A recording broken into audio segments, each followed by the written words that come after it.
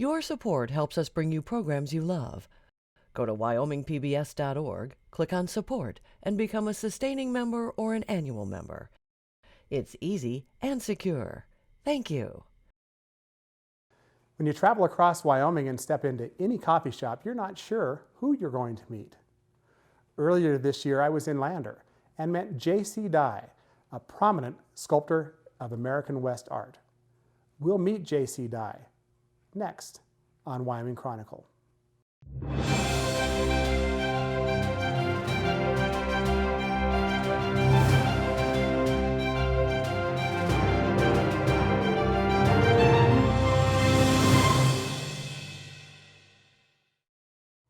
It's our pleasure to be joined now with Western artist Jacy. Jacy, we're in your studio here in Lander. Thank you for joining us today on Wyoming Chronicle. Thank you for having me. What are you working on? Funny story, I was going through a box of slides the other day, actually looking for photographs to send to a college in New Haven, Connecticut that's interested in having me do a monument, and I run into this slide and said, wow, what a great slide, that'd make a great painting. So here I am. So Jacy, you have been meddling, I guess, in Western art for a long, long time. How did you get started? Where did your interest come from? I would guess that, I would say that I was born with something inside of me that said I'm supposed to do it. And from there, you know, I started as a little boy carving blocks of soap bars or blocks of wax if I could find it, and just carried on. And I think when I was in the third grade, our third grade teacher took us on a field trip to the Charlie Russell Museum in Great Falls, Montana. And this is kind of weird to say, but I thought for 20 years, me and Charlie were the only two artists in the world. But that's what inspired me to keep doing it. You grew up in a ranch in Montana. Yeah. So the Western lifestyle is who you are. Yeah. Tell me about your early childhood life in Montana. Grew up in a happy family until I was 10 years old, and then I found out that my mom and dad were getting a divorce, and I chose to stay on the ranch with my dad, just because I loved the ranch, and my mom was moving to California, and I thought I'd be more served to be a cowboy than a surfer. So anyway, I stayed with my dad and learned to do chores at an early age and feed cattle, and through all that kept doing my art. And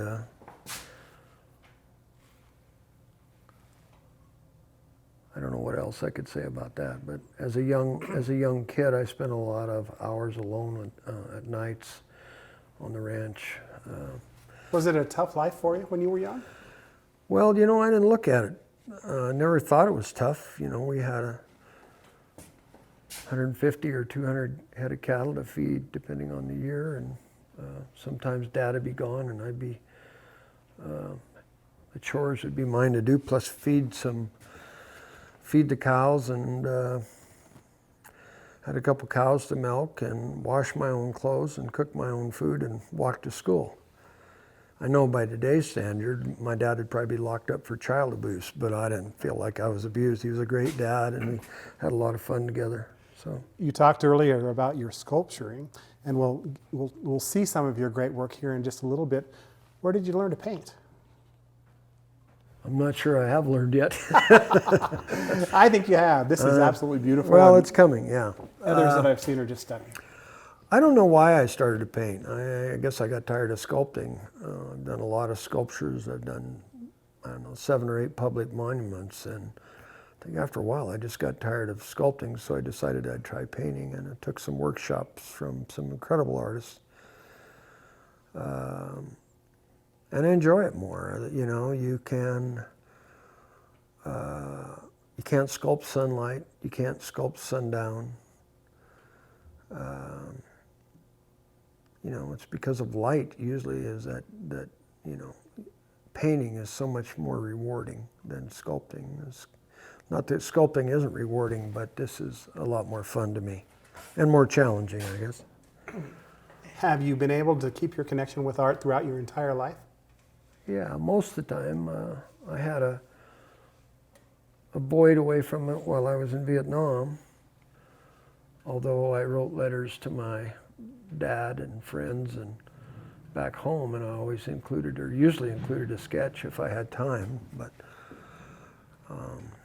other than that, you know, even I ranched for, well, when I got back from Vietnam, because my dad was still running our little ranch, and it wasn't big enough for 2 families, I cowboyed for about 10 or 15 years on 2 or 3 different ranches. And then after Dad got sick with cancer, I had to come home and take over the family ranch. But even through those times, I hear about people say, well, I'm tired when I come home from my job, so I don't sculpt or paint. I'll do that when I retire. I ran 2 or 3, sometimes 400 cows, farmed 1,000 acres. Did all that and still came home and sculpted on rainy days or nights. I actually used to calve heifers at night, and I would paint all night and calve heifers and then feed in the morning and then sleep in the day, or get some sleep in the day. But What brought you to Wyoming? a girlfriend. Enough said. Yeah, we're here in Lander. How long have you been in the Lander area? I started out in Thermopolis because I found a really great studio over there to rent, but I was there a couple of years, and then I moved over here just because I liked the community over here better, and it seemed to be closer to the mountains. I love the mountains. Still ride a little bit? I do. Don't ride a lot in the winter months, but in the summer I tried to ride a couple times a month. Would you say your art is kind of therapy in a way for you, or this is just so enjoyable for you? Do you ever get tired of it? I never get tired of art. No, I don't.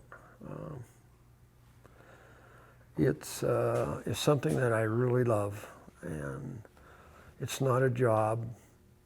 And yeah, I'm mentally and physically tired when I walk out of here at 5 or 6 in the evening, but there's not a second goes by that I don't love it.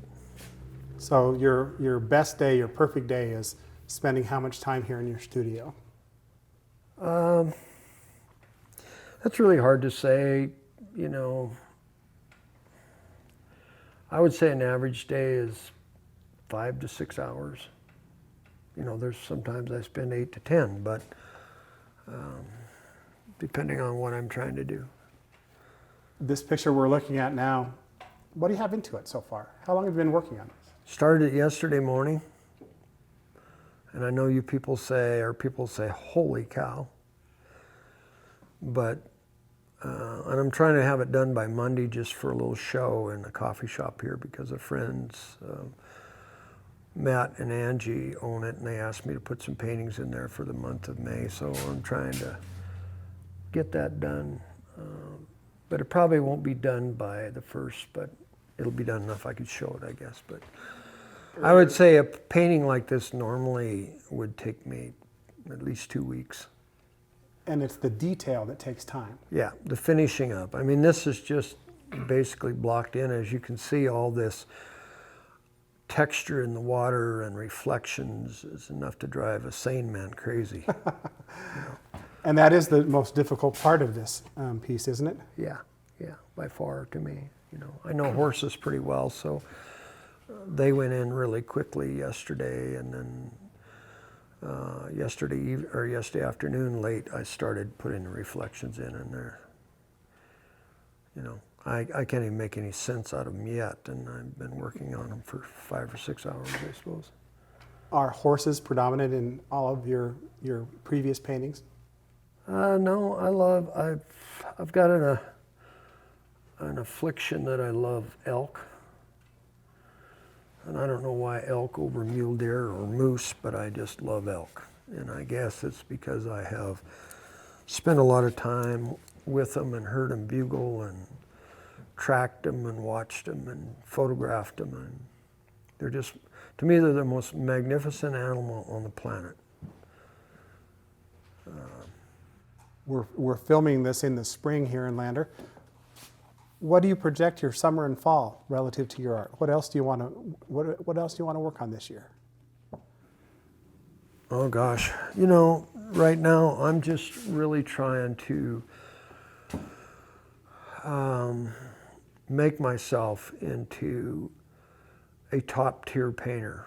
I mean, there's guys have been painting most of their lives and they're fabulous painters, and because I'm a nationally known sculptor, and hopefully I'd like to say I'm one of the top 10% in the nation in Western art as a sculptor, I'd like to be the same as a painter. And I don't know if that's a doable thing, but that's my goal.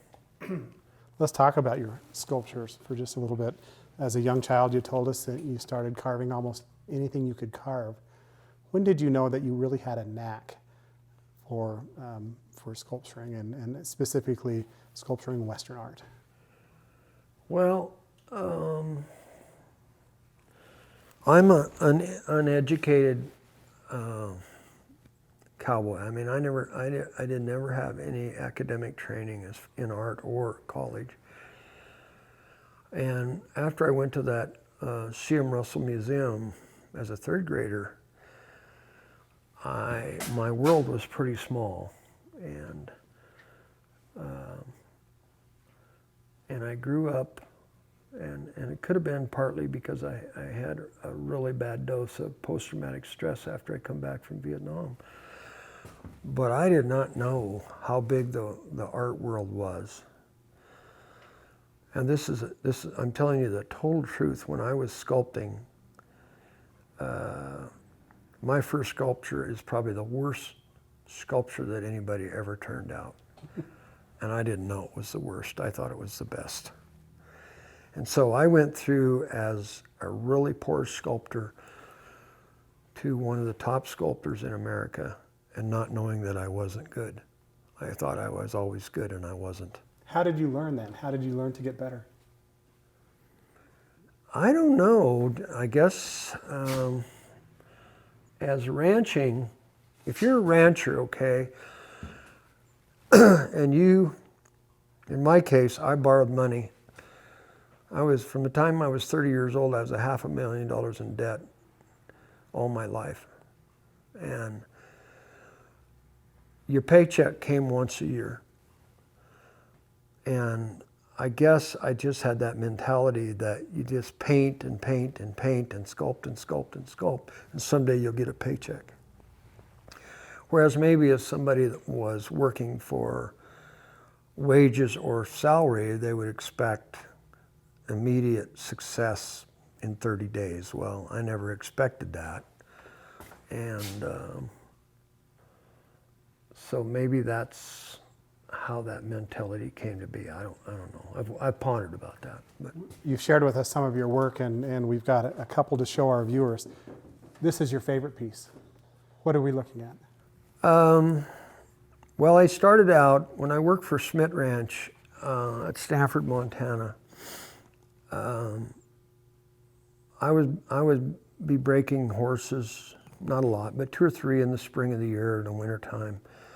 And I had a big one-eyed horse, or he wasn't one-eyed at that time, but he later lost an eye. But he was a big, stout, 16-hand, 3-year-old colt. And I was up in the East Field. Don't remember what I was doing, but I was riding alone. And I come through them gates where they had the tall gate posts with a pole across it. And I rode under that gate, and this big horse was spooky, really spooky horse. And when the shadow of that gate post went across his face, it scared him, and he started bucking. And he bucked off over the hill and down over through some some sandstone cliffs. I don't know how we got off them without killing ourselves, but anyway, I got him rode, and I was no bronc rider, but I did get him rode.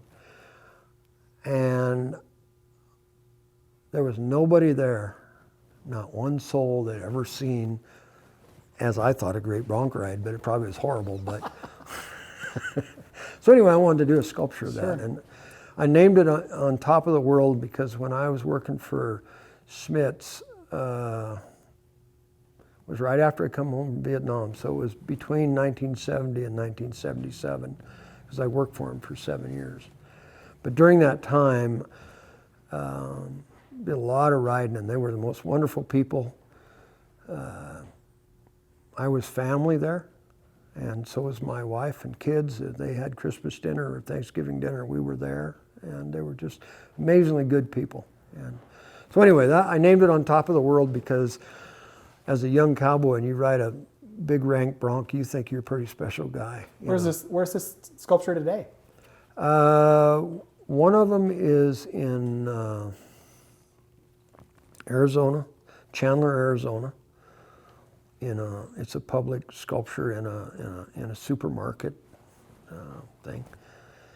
And the other one, I did 2 of them, and the other one is I donated to my hometown in Stanford, Montana. It's on the courthouse lawn. So if you ever go through Stanford, stop and look at it. But, well, here's another one that's a little closer to home.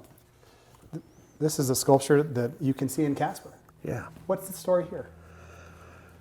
I was doing an art show in Arizona, and my wife at the time called me and she said,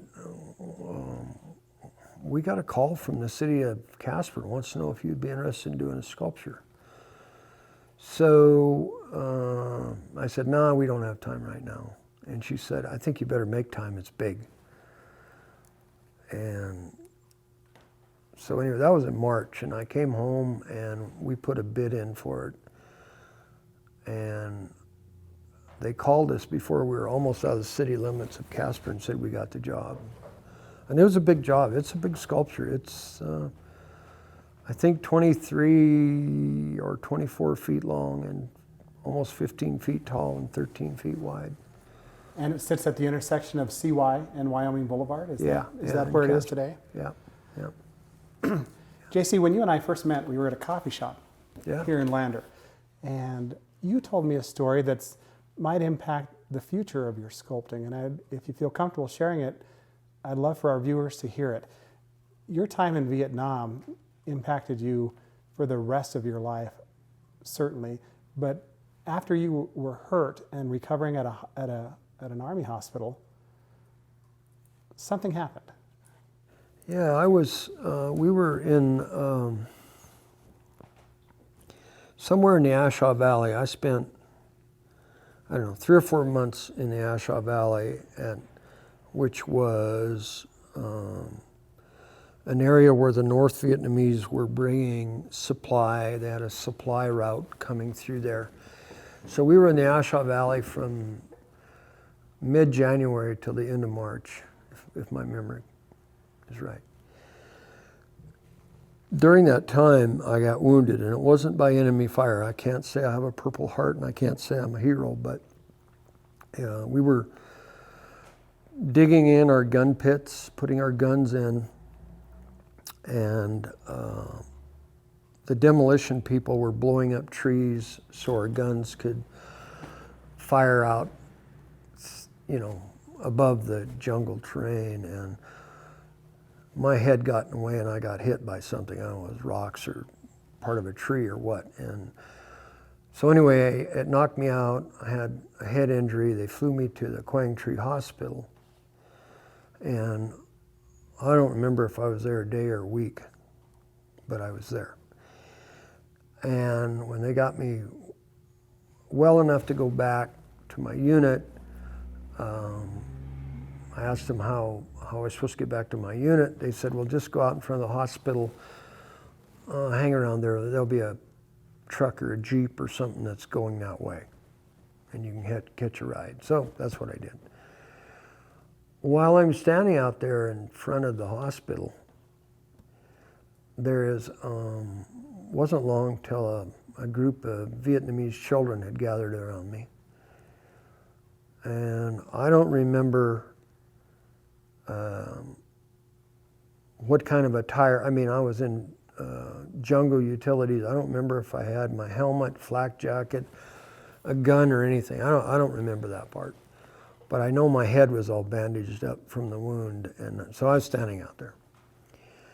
And all these children gathered around me, maybe 10 or 15, I don't remember. And the little kids in Vietnam are poor, and they're battle weary, or not battle weary, but war weary. And they're begging for food, anything you have that be of use to them. I don't know if they're orphans or not, but 3 out of the bunch had limbs missing. One had a leg blowed off, one had an arm blowed off, and the other person had a little girl had part of her jaw missing.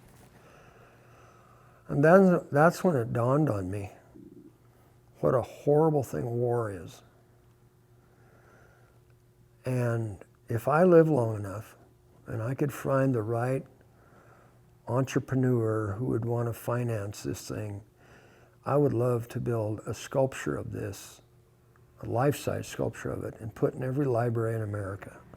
And I know that's a pretty big shot. But I don't know how else we can stop war is other than maybe through our children. We spend, I think, between 500 and 600 billion a year on war. Why can't we spend that money on peace? And that would be my hope of building this sculpture, that if enough people had the right thoughts and kindness, that we could change our thinking from war to negotiation, maybe, because it isn't just soldiers. I mean, I was an alcoholic for 40 years because I had post-traumatic stress really bad. But think about those babies and women and children that were blown apart or killed. I mean, I've seen a bunch of kids that were burned to death with napalm. And we in America sit here and, you know, our kids worry about if they get a new cell phone next Christmas or what. Think about those kids. And that's their country, it's not ours. What were we doing there? So anyway, that would be my hope, that we could have peace all over the world, or at least America could be peaceful. So I asked you the question earlier, has art helped you maybe deal with that trauma? I'm sure it's been some therapy all my life. I had no idea that I had post-traumatic stress until, I don't know, 2008 or 2010 maybe. I can't even remember the guy's name. I might in a moment or two, but I was in Thermopolis on one of my drinking rampages one time. Woke up, couldn't sleep. I was in a hotel over there, went down and was having a cup of coffee in the hotel lobby.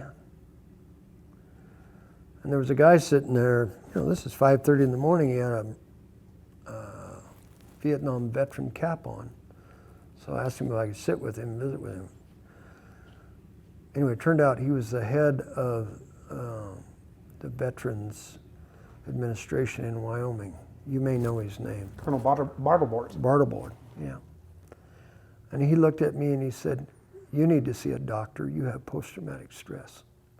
And he said, "Here's my business card. Go to the VA and get checked in." He said, "You have it really bad."